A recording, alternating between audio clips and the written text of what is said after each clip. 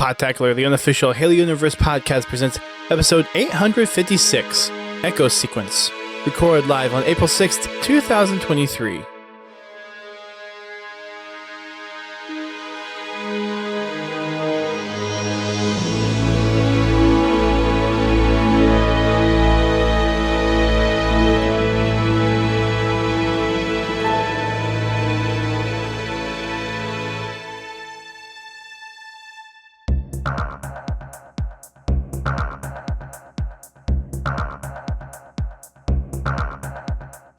Hello, everyone. Welcome back to Podtacular, the unofficial Halo Universe podcast. I am one of your co-hosts, Duststorm. I'm your other co-host, Godzilla T. And apologies for being away for the last 2 weeks. First week was my anniversary. Got to spend some time with the wife. We built the new Rivendell Lego set during our time off. And then the following week, we both got sick. So last week, my voice was not in a good spot to do a podcast. But we're back, and we've got quite a bit to talk about. We completely missed the Fracture event, the first Fracture for Season 3, so we'll breeze through that a little bit. We've got a couple of new things with Season 3 content coming down the pipe that we'll talk about in our news section. We'll talk about a couple campaign missions. We'll dive back in. I think the last place that we left off was the sequence, so we'll touch on that at least a little bit in the podcast. And just get a little general update on how things have been. So, how has Fraggin' Friday been, GT? Because that's the only thing that we've done over the past 3 weeks. 2 weeks, but yeah, we've been having a lot of fun. Been hanging around, of course, Big Team. We've had good nights and bad nights. You know, at least last Friday we didn't meet up with any of the major streamers. Yeah. We had a few good matches. As I recall. And then, yeah, I was not having a good night last week. It was my coordination was definitely not good. Let me rephrase that. It was worse than normal. It happens. I mean, I know I'm not consistent, so I'm sure there are others that aren't either. Well, here lately, I've just really haven't had the desire to play anything, really. Not even playing solitaire on my phone. I haven't had the desire to just play anything. Just kind of cleansing out, or just feel like doing something else? No, I really just sat on my butt. Just the truth. I've had no desire to really fire up the Xbox or the computer and play. Which really sucks because I just spent $120 on a game. What game? Destiny. Oh, okay. Wait. Their expansion and their season pass. $120? Yep. Yeesh. And people think 343 are asking for a lot of money. To be fair, it's DLC. It's new, actually new content. It is all DLC, and it is an entire year's worth of content. So there's new content that's going to be coming out throughout the entire year. Fair point. And of course, their battle pass or whatever you call it actually has things that you can use. Yeah. Don't get me wrong, the Infinite's battle pass is fine, but not everybody's going to use the armor that's in it. Nope. And all hopes of DLC for campaign have been pretty much dashed at this point with the departure of many creative personalities at the studio. Well, we've just had an undetermined delay on that. Because they're going to have to do something. Unless they've changed directions to the point where they're going to push out another new game in 3 years, which I don't see that happening because it's going to take them 3 years to get Infinite running right. They're going to have to do some kind of, they don't have to, but there's going to have to be something other than the battle passes to keep people engaged with the game. Well, I think it seems like multiplayer is kind of where their focus is on this point. I know there's a lot of folks that really want to see the campaign DLC or want to have some expansion on that in some way or another. the story that we're getting with the multiplayer stuff is cool. It is cool. Spartan Ops-esque. It's not Yeah. It's not really that, but at least it continues the narrative. I mean, they're within going to the need to do universe. something. If they're not going to do another game, they're going to have to give us something. Because we just went through a 7-year drought when it comes to story. It's going to be rough if we have to wait. It's going to a long be time. really hard to retain people if they're not going to work on the story more. Well, with everyone supposedly that was working on campaign or story or narrative or whatever having left, Like I said, I know that they don't have anybody right now, but it's at least 2 years. Yeah, there's going to be, if they don't release another game or release another story, then that probably will spell the end of Halo. Because multiplayer isn't cutting it. You mean Halo Infinite, or you mean like as a franchise? I mean Halo in general. Are you saying like if they don't release something within like 3 years, you think it's going to be dead, or if they just stop releasing story content, like long form story content? I don't. There's a lot of. Don't get me wrong. The multiplayer in the Halo games has always been a draw, and it does give the game replayability. But there is a limited amount of time that works. Yeah, and there's a fair population of the Halo community that is there for the story. Right. And pretty much now, just play the story. Right now, when it comes to multiplayer, we're kind of riding a little bit of a high because Season 3 just launched. Yeah. I don't see them not getting back to story at some point, but it seems like the focus for Infinite is pretty much multiplayer and seasons. So they're not. Yeah, you're right. We're not going to see DLC and campaign for at least. It's going to be a while, but yeah, I'm just saying at least a couple years. They need to keep that in mind, and once they get the multiplayer dialed in and start getting to where they're doing their 3-month seasons, they're getting good content out for the multiplayer. They need to start working on either another game or DLC. And I wonder if they'll do kind of what Overwatch did as far as the game goes. Because if they continue just to build on top of Infinite, what Overwatch did when they released Overwatch 2 was it was actually released under the same title on like PlayStation and Xbox. Like it was basically replaced Overwatch 1. Mm-hmm. So if they still might be able to kind of hold on to this, Halo Infinite is the Halo platform from now on. And okay, now you just have a new campaign that you buy. You just continue to do new seasons. Yeah, it seems like that's kind of what Destiny's doing. Yeah, that's exactly what Destiny's doing. Once a year, they release a big expansion, which is a continuation of the existing story that usually makes no freaking sense. Oh, wait a minute. Sorry, wrong game. And then they do the seasonal content, which tells a smaller part of the greater story for the year.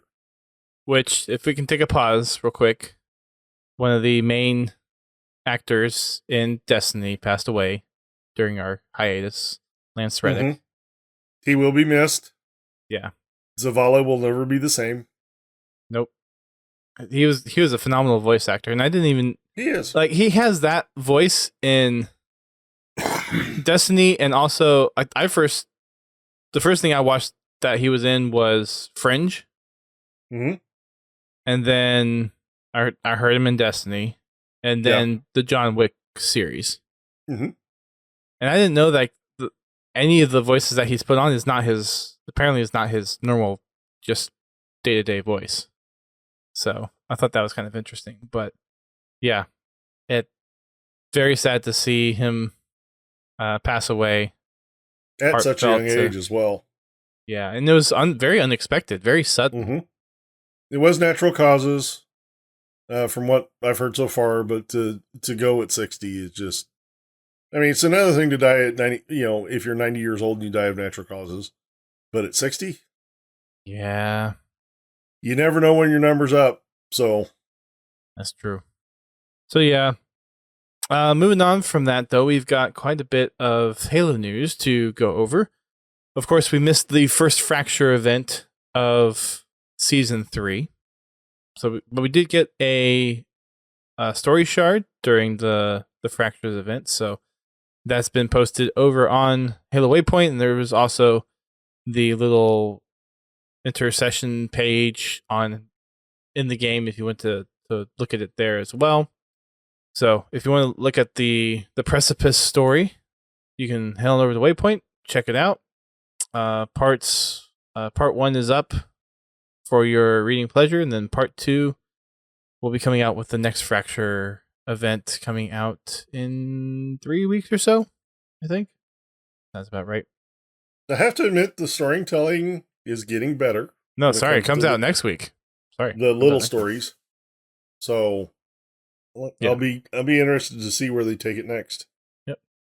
Week 2 of Firewall starts April 11th, so it'll actually start next Tuesday. So that should be fun. Get some more of that featured playlist stuff in there. It'll be a lot of fun to go through.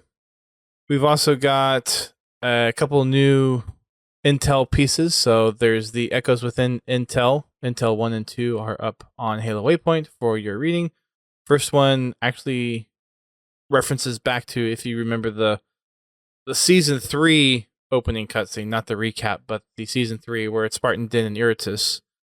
That operation that went south when he was still a Oni agent.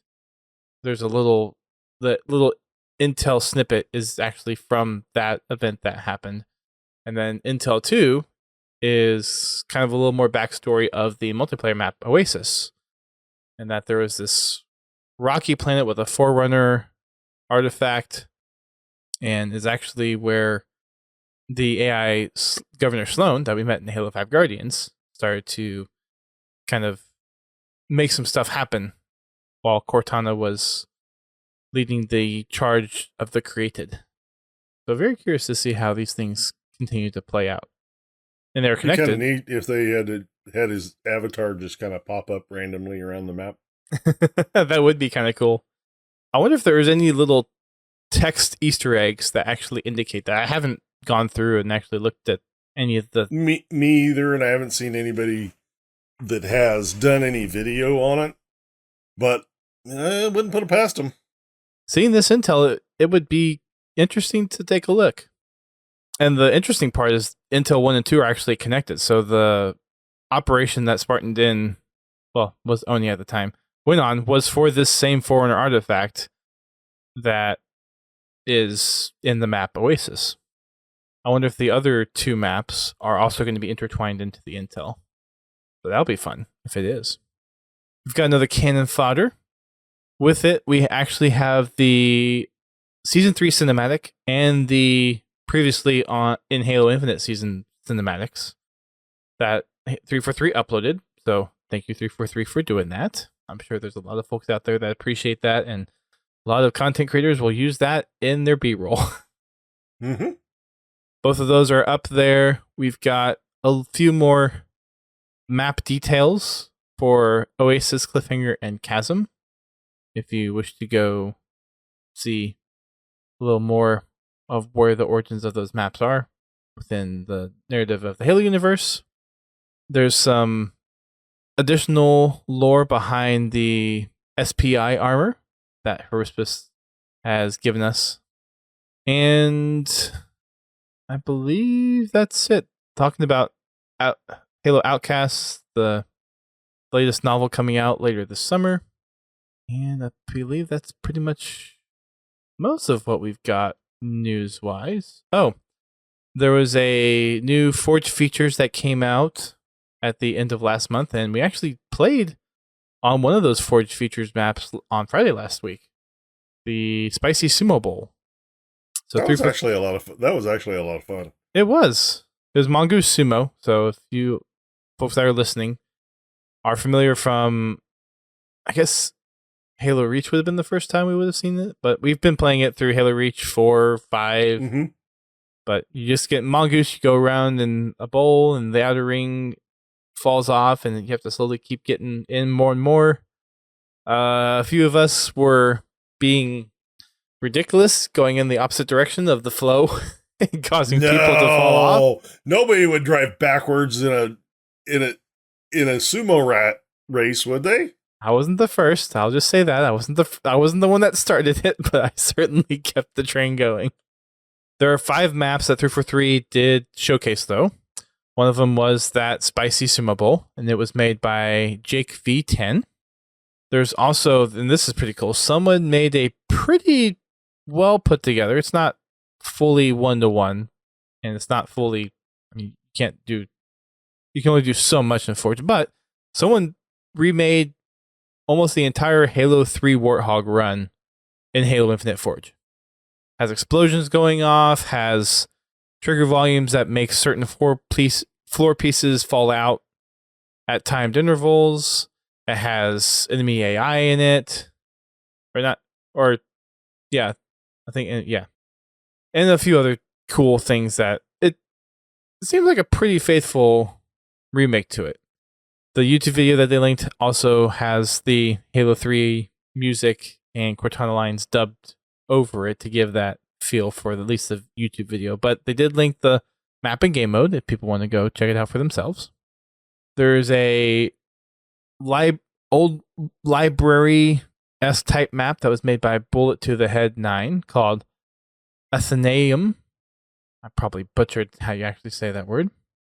There's Hemorrhaged Evolved, and this is worked on by a lot of folks. But this is the Hemorrhage map from Halo Reach, which was on Forge World, that has been remade into Halo Infinite Forge. And it's pretty good. It makes Hemorrhage look a lot better than it did with the gray Reach palette, at least. You can have any color you want as long as it's gray. I actually saw a little bit of a fly-through of this map in one of Duquesne's latest videos on Forge Hub. And it looked pretty good. And then the last one is Obituary. This is by DT Chaos, Wolfrain, and Nas. It's a Halo 2 containment-esque style map. Also has some Narrows feel to it, but it's a BTB map. So that's what we've got on the Forge Spotlight for last month. There's an update to the HCS Open Series. These are open events where any team can come online and compete. There are numerous events happening weekly from now until the middle of May. Each week is a 4K tournament for most of the weeks. There's a few of them that are 2K tournaments, but we got quite a few possibilities. So if you're out there and think you got some stuff and you got a team together, then you can sign up for these open tournaments and possibly win some money out of it. Definitely. Of course, the first week, Optic Gaming won in the NA region. No surprise there. Quadrant won the EU. Luminosity won Mexico. That's not surprising. And Mind Freak won the Australia and New Zealand. That's not surprising either. And then in other news, this actually hasn't hit Waypoint yet. I don't know if it will yet, but just announced today, Halo Infinite and MCC now both run on Steam Deck. Nice. So if you're one of the few out there that actually have a Steam Deck, you can now play Halo Infinite and the Master Chief Collection on that platform. Well, I've actually been thinking about building a Steam machine. Yeah. As in taking one of my old towers and putting Linux on it, and using it for a gaming machine. They're very nice. Was it Proton? They use as the conversion layer. Mm-hmm. It's getting really good. I wonder if that means if someone will try to port Halo Infinite and MCC to Linux using that same, because the Steam Deck is Linux based, right? It is. Yeah. To have Halo Infinite run on those is pretty impressive. I mean, I think there's not a lot of games made for Linux. The library, I think, is getting there a little bit. Team Fortress 2 works on all platforms, which is kind of, I think, one of the that and Counter-Strike Source. All this, pretty much anything that's made on Source from Valve, I think, runs in pretty much any OS. Well, I mean, the gaming library on Linux is still pretty big. It's just... It's not AAA. Most of the AAA games are all designed to run either on dedicated hardware or on Windows. Yeah. But Mac is kind of screwed. Linux is kind of screwed. Nobody plays on a Mac anyway. The original Halo was built for Mac. Yeah.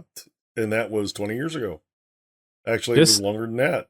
I'm just saying, if you could get Halo to run on Linux and Mac, that would be actually cornering a market.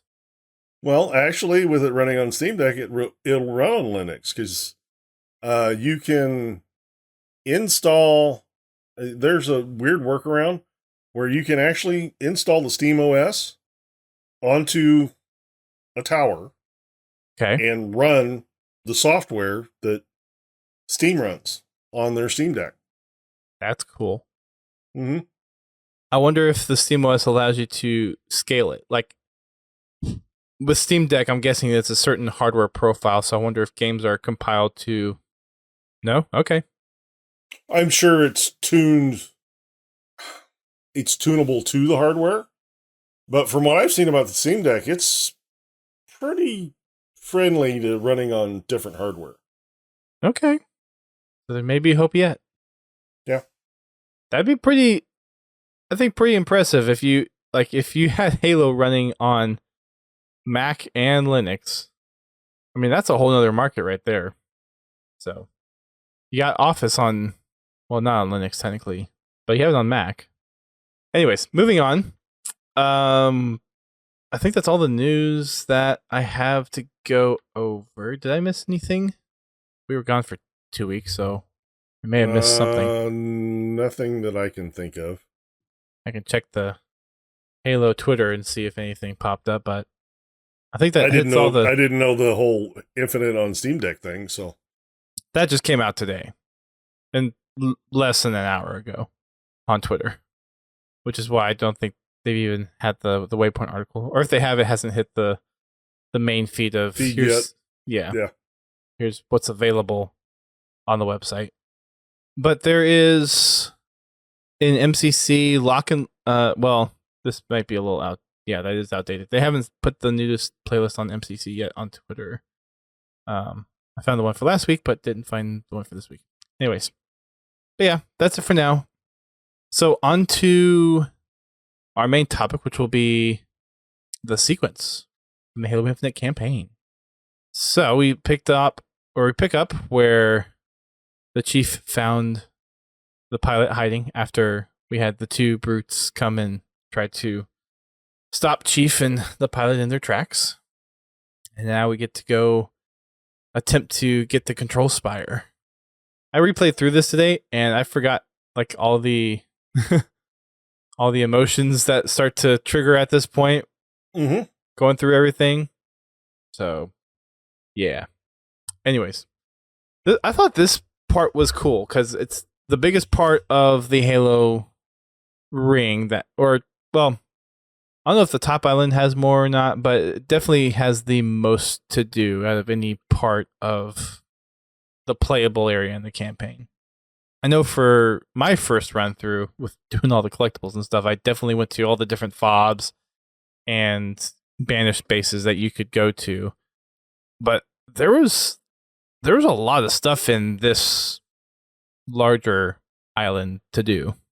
Mm-hmm. I think it took me probably 3 hours to actually go through everything before I finally entered the Nexus afterwards. But again, we're just going to be hopping around, not necessarily doing any specific like lore accurate retelling of this section just because there's so many different things that you can do. Do you want to start with the side quest stuff first or the mainline stuff discussing all this? Well, we can start with the main line.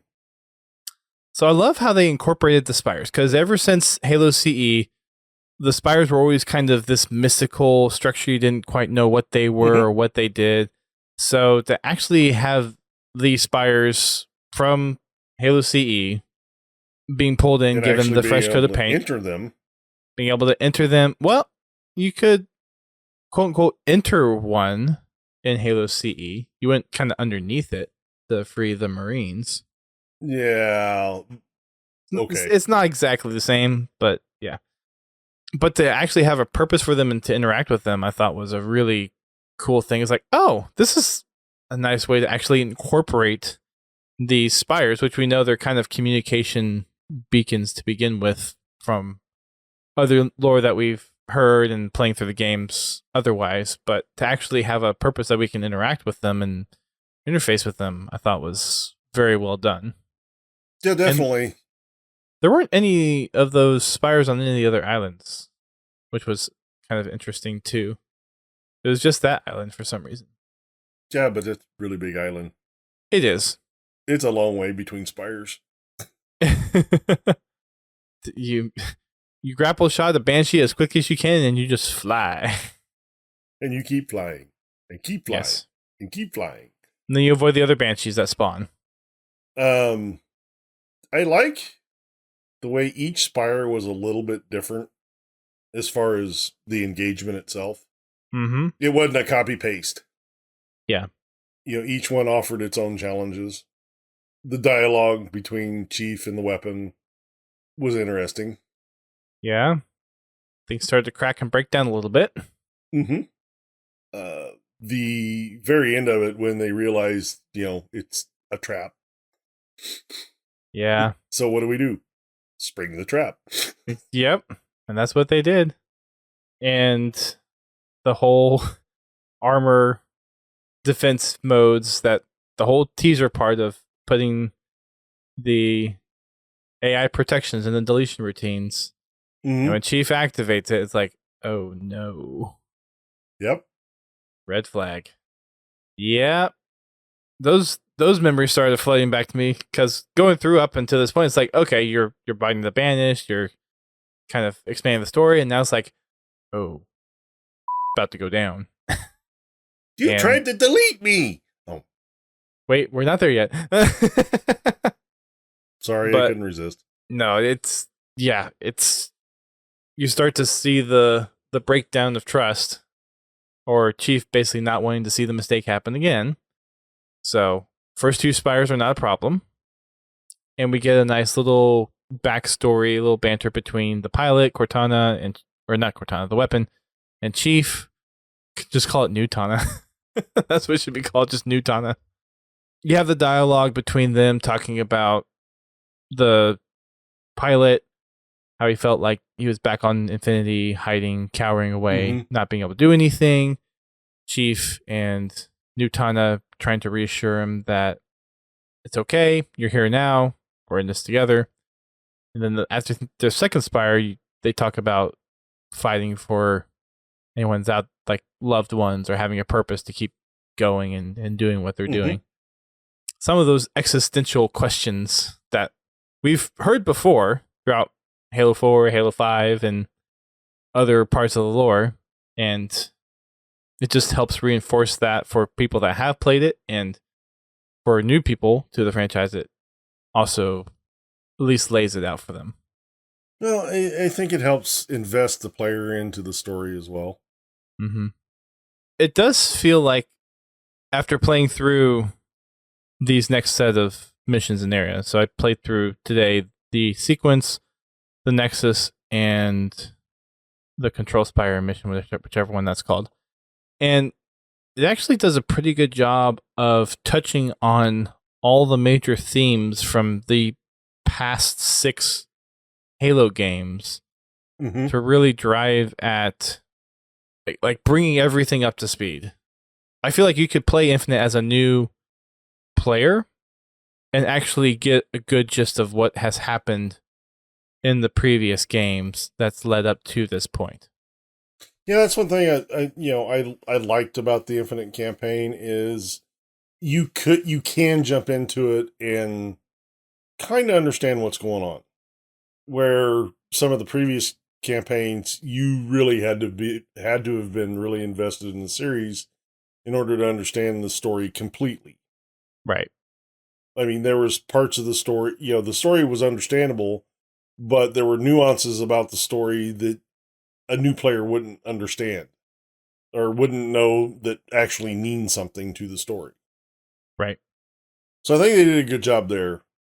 And it didn't really placate that much to existing players. It felt more like an enhancing, oh, this is a good reminder sequence. This is Chief reliving these memories and trying to come to terms with them. And this is Cortana leaving her stamp and trying to, as we see later on in the campaign, is almost trying to give Chief this, hey, this is what happened, and this is eventually why I did what I did, and to trust the weapon.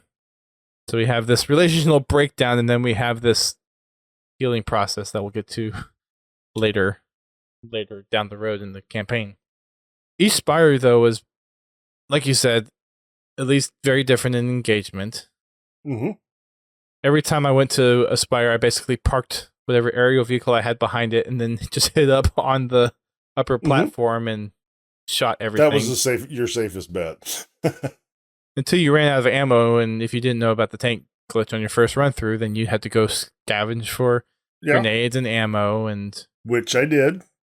I did as well. The wraiths were a little unexpected, so those probably killed me a few times before I got through to that Spire. Mm-hmm. Yeah, there was a couple of times I had to hop in my Banshee and go scavenge. Yeah. And for me, I was flying everywhere doing all the side stuff too, so it went a wide round ways to get to some of these things. Yeah, the first time I played through it, I pretty much just went straight for the objective. I didn't do any of the side stuff. Like I said, I was interested in getting the main story. Right.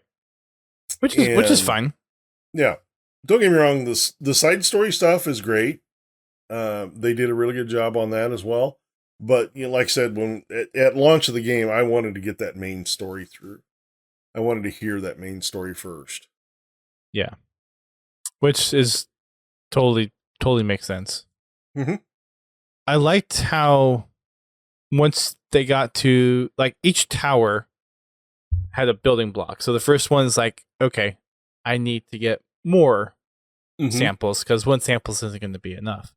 2 is laying out, okay, I need a total of 4 based on how I figured things out, and she's getting a little quicker on figuring out what she needs. 3 is she starts to go at getting the different pieces, and then the last one pushes back and starts to kind of get this feeling of, what's going on here? Should I be doing this? And of course she blows it off of, oh, it's nothing. And then the pilot comes over and is like, what happened? And she's like, it's probably nothing. Or could be.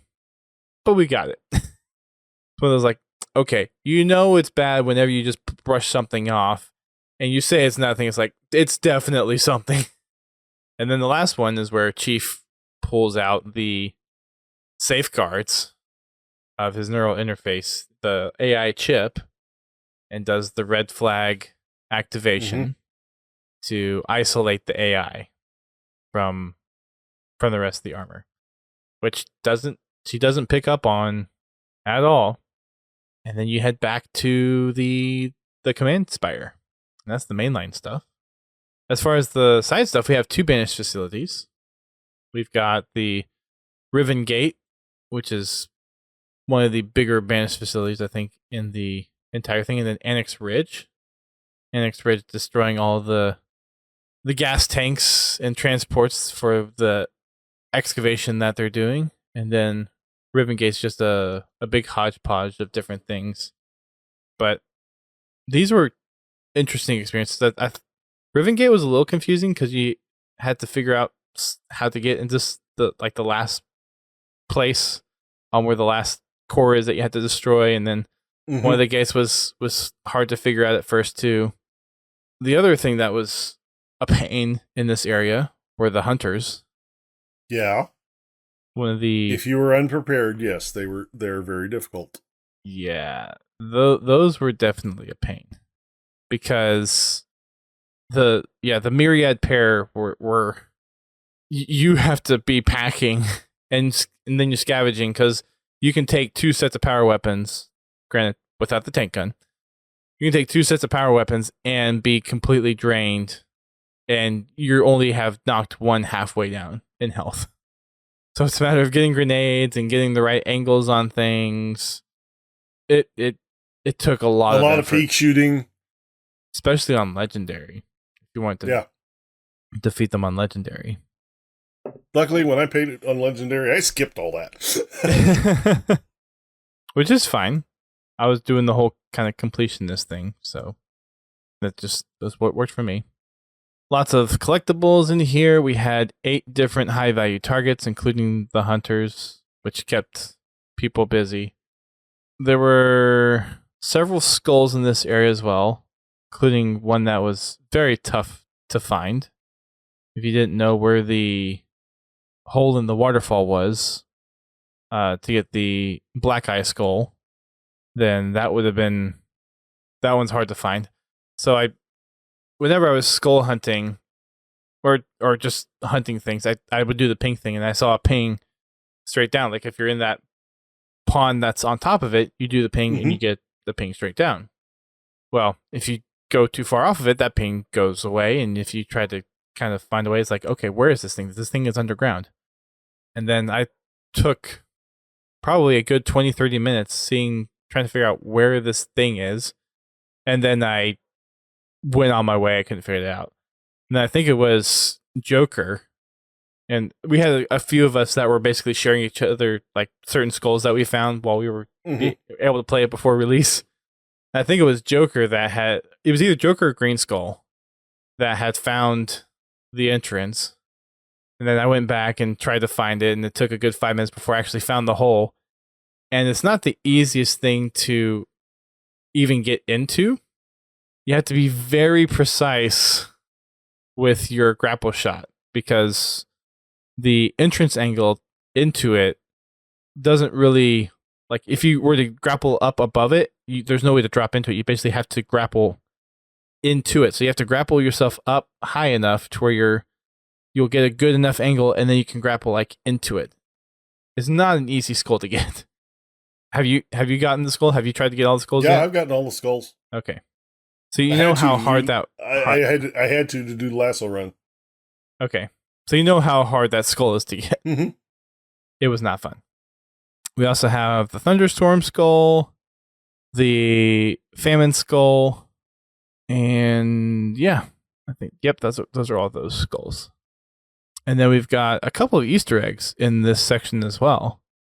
So if you go over to the island that has, after the first Spire, there's that floating island.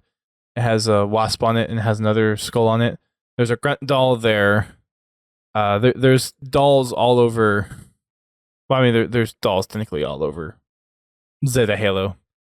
But you have a Didac doll, the Harbinger doll, the grunt doll. There's an Echo 216 pilot doll, an Endless doll, a Jameson Lock doll. There's also a place that you can go up on one of the high parts of this island and get the original Halo theme. There's a Blood Gulch map hologram in the Riven Gate facility. So as you're going into the last area, the hologram map is actually of Blood Gulch, which is pretty cool. And then there's actually an original Xbox, which I actually haven't found this one yet, but it's in one of the caves off by one of the ring artifacts that you can find. But yeah, there's a original Xbox sitting on one of the little crates, UNSC crates. And I think that's pretty much kind of all the stuff here. It takes a long while to actually fully clear this out. If you go for all the collectibles and all the different interactions that you can get with the fobs, the squads, all the valor points, all the audio logs, the propaganda towers. This one's takes quite a bit to clear out, but this one was a lot of fun. You want to move on to Nexus? Sure. So we finally enter into the the pits of the Command Spire, at least. And as we go through the Nexus, we start to get the Cortana Whispers, which is pretty cool. Not too much here. There's a lot of callbacks to Halo 2 with the gondola ride. That was pretty cool.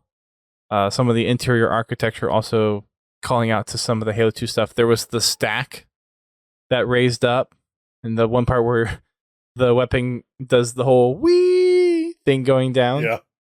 So that was pretty cool. And I didn't realize if you stay in that room, I don't know if this is intentional or not, but there's like a kind of a dull ringing sound that almost sounds like the TARDIS dong. I don't remember that one. Yeah, if you go back to that room that has the stack that lifts up, it almost sounds like the TARDIS dong. I'll have to go stand there for a little bit and listen. Yeah, I don't know if that was intentional or not, but that's kind of what it sounded like. Could be nothing, but I thought it would. It sounded pretty familiar, pretty similar. Yeah, we had a couple of collectibles in here. We got a set of hunters that we had to fight as well near the beginning. We got to meet up again with our second monitor friend. I forget what his name is at the moment. Shoot, yeah, I forget what his name was. We get to see all the spires that were activated for the Reformation and how it's begun. But this is also the part where Chief tries to delete the weapon. And we get to go through that whole ride. So what were your original kind of thoughts and feelings as we went through this whole sequence of, okay, Chief knows what's about to happen. He's preparing for the final trap to be sprung as the weapon tries to stop this, and knows that the Harbinger has been kind of pulling at the weapon to try to either get her to stop or something else. Shit's about to hit the fan. Yeah. I recall me sitting there like, don't do this. Don't do this. I was playing through that whole level waiting for the other shoe to drop. Is it around this corner? Is it around this corner? Is it through this door? You mean like when he was actually going to do it? When things were going to get interesting, let's put it that way. Okay. I mean, it wasn't in a part that was necessarily interesting. Well, I mean, as far as the story, picking up a little pace. Gotcha. So, yeah, it was a little unexpected, but I mean, you saw it coming at this point. I suspected what was going on. I just didn't know exactly when it was going to happen. Right. And there was this whole back and forth of, why don't you trust me? And Chief being pretty silent about it. And then, of course, once Cortana tries to do what she's going to do, the Harbinger attacks, and then Chief tries to delete the weapon. And you see in the background where Nutana is basically fighting for her life at this point. She was kind of whisked away. Chief started, or the Harbinger spoke up, trying to basically say, why are you interfering? Do you know what you're doing? And then Cortana reappears and is basically saying, Chief, help. And then Chief starts the whole sequence to delete the weapon. And in the background, you see the weapon flashing between green, yellow, and blue, and gray, like she's fighting for her life. And she picks up on what Chief is trying to do while she's struggling. And similar to how Cortana back in Halo 4 was kind of like swiping screens and everything, you see the weapon kind of blurry in the background because the focus is actually on the heads-up display. But it looks like you see her almost like going through lines of code, and by the time it gets to like the countdown for the deletion, the weapon manages to override the deletion protocol. So much for that, Halsey. Thwarted by your own program. Well, at this point, she'd already had a little bit of help from Cortana. Yeah. But we don't know that yet. Right. She had picked up some pieces that actually helped enable her to do what she did. Mm-hmm. And of course, the weapon's not very happy about it. She turns around and does say, well, I got the monitor's brain. Remember, I'm an infiltration program. And then starts to shut Chief out. It's like, well, here's your grav lift. Go take care of what you're going to do. And it starts to be that. I mean, it makes sense. It's like, okay, you just tried to kill me. But at the same time, delete me. At the same time, in the back of your head, it's like, You said earlier on that you were created to be deleted. So why are you getting such a big deal about this? Well, there's a lot of things that happen in that. Oh, I know. I'm just putting out I the understand what rhetorical you're saying, question. but honestly, the weapon between the first time we meet her and this point, she's grown quite a bit. She's learned a lot too, and she learns that she has a purpose other than just to do this one thing and delete herself. Chief has given her part of that purpose. Well, Chief gave her that purpose by not erasing her at the very beginning. Yeah. So, true. It's something that gives you some thought on how things have developed. And I don't know if it starts to hint at what Cortana has done later down the road, the fact that the weapon was able to override the deletion program, or you could just chalk it up to the Cortana AI, because we eventually find out that the weapon is based on Cortana. And it's like she's just meant to be that good that she can just be better than Halsey because she basically is Halsey. Yeah. So we're not given that full picture at this stage. No, but it's being hinted at. Heavily being hinted at, yes. But we start to see a lot of the recalls back through Halo 1 and Halo 2. The weapon asks who Keyes was, and Master Chief explains who he was. So throughout the Nexus and the Command Spire, there's a lot of recounting of what happened in the previous games. And in this Spire room, we get bits and pieces from 1 through 4, really. And then throughout the Command Spire mission, which is the next mission, we get a little bit more across the games, and then we get 5 as well, with the at the end of the next mission. But yeah, we get to see that relationship that it almost seems like the weapon's been trying to like work on it, and Chief's just been the stoic, like, I'm here to take care of this and protocol. And we even get that hint of there's so many call outs where the weapon basically says, you can't be that much a machine, can you?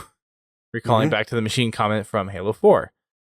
And then the whole Dust and Echoes flashback, and you hear the weapons kind of say Dust and Echoes, almost as a callback to when she said Dust and Echoes earlier on in the campaign.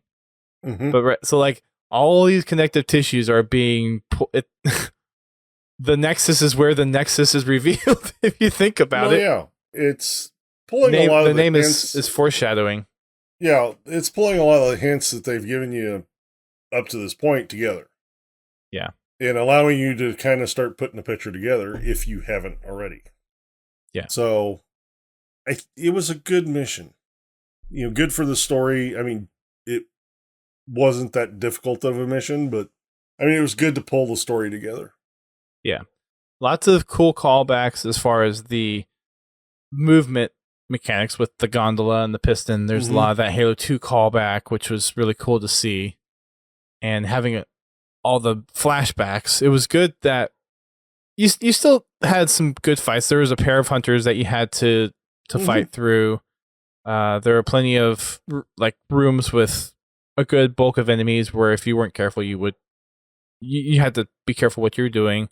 Had the same kind of collect power seeds to power a door and unlock this, and all the understructure type stuff that we've experienced already.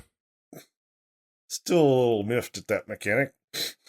What, the whole go get the power seat to power the switch thing? It's not as fluid. It's not. It gets annoying. Sure. Anytime, when you're in a fight, the fight can be kind of dynamic. No two fights are identical. They're very similar, but they're not identical. There's always things that change things up a little bit. But going to get a seed to turn it, really? Yeah. I've seen this 100 times already. Right. And it would be one thing if the seeds were relatively close, but some of them, you got to go on a little trek to get to them.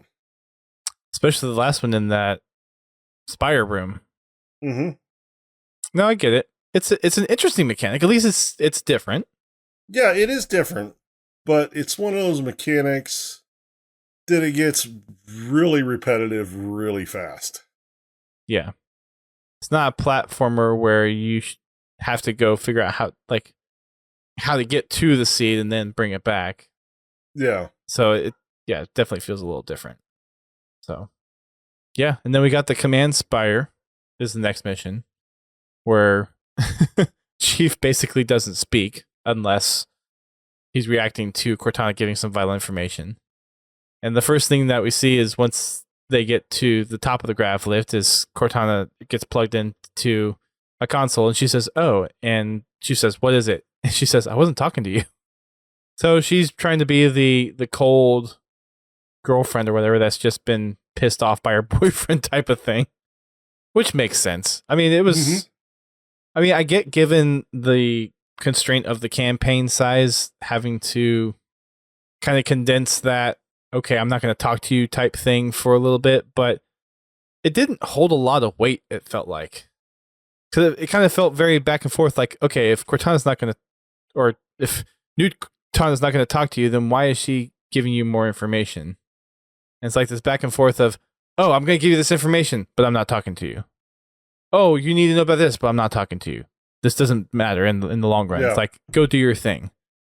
It's like, pick a lane. To me, it didn't make much sense, the whole back and forth of like, is Cortana pissed off or not? Like, Nutana, not Cortana. But yeah, is she pissed off and not wanting to talk to Chief or not?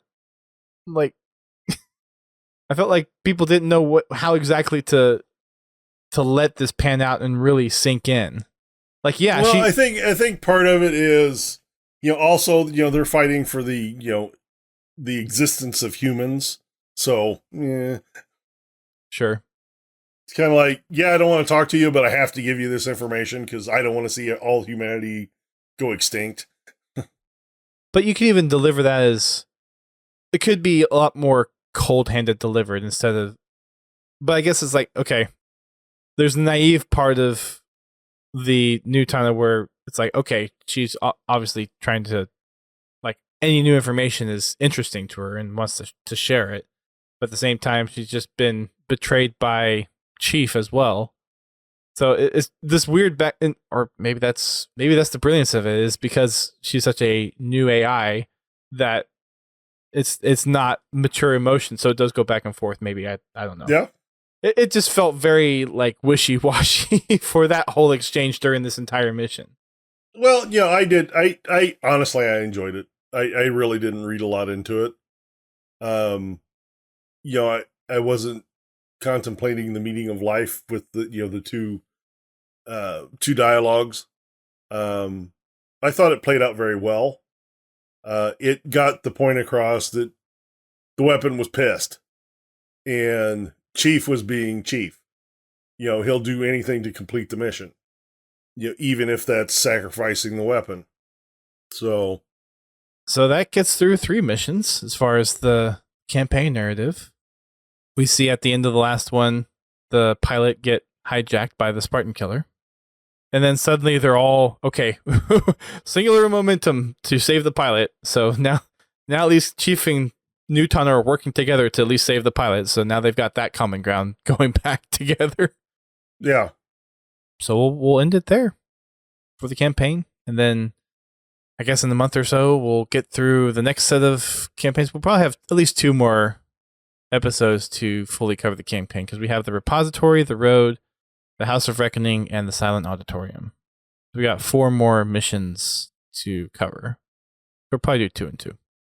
So coming up, we'll have a guest either next week or the week after, probably next week, but Magic Moonshot, who is a Twitch streamer, caster in the Halo space, has been kind of making some waves, has been part of the one of the newest grassroots members, I believe, as well. She was at Worlds. She hosted a panel at Worlds this past year, so she's been very up and coming. So we have the pleasure of having her be a guest on the podcast in the next coming weeks. We've reached out to Infinite Forges. I still need to reach out to Halo VFX and the group that made the animated short Hyper Metal on YouTube. See if they would be interested in doing an interview about their little comedic take, and more interviews to be lined up for sure. Any final thoughts before we wrap it up tonight? I'm too tired to think. So I logged into Halo Infinite today and was trying to just do my dailies, and Big Team Social is out, which is sad.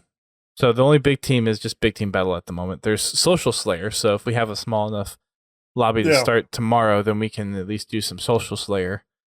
There's always Fiesta. There is always Fiesta. So depending on the party size, might push off trying to do BTB until we actually need to do BTB. And there's always customs that we can dive into as well. Well, I mean, we've been just running regular BTB. I picked Social one time and everybody hated it, so we just went back to regular BTB. Oh, gotcha. We did Social after you left, and it was we had a pretty good time. There was one game that we just got utterly destroyed. Mm-hmm. Or was it during game? Was it during game night? That match that we lost 100-36. Were you on that one or not? It was just a regular Slayer match, wasn't it? It was Slayer. It was Slayer. That was regular big team. Okay. Yeah, that didn't feel very good. No, we were getting owned pretty hard on that one. Who brought out the sweaties? I think the first few games that I joined last week, we were just getting hammered. And then we finally kind of balanced out. Yeah. You can blame me for it. It was all that raw skill. Someone said, "You brought the backpack, right?" I'm like, "Oh no, it was Bobby." They said, "You brought the backpack, right?" I'm like, no. Not after just coming off of a 3-hour phone call."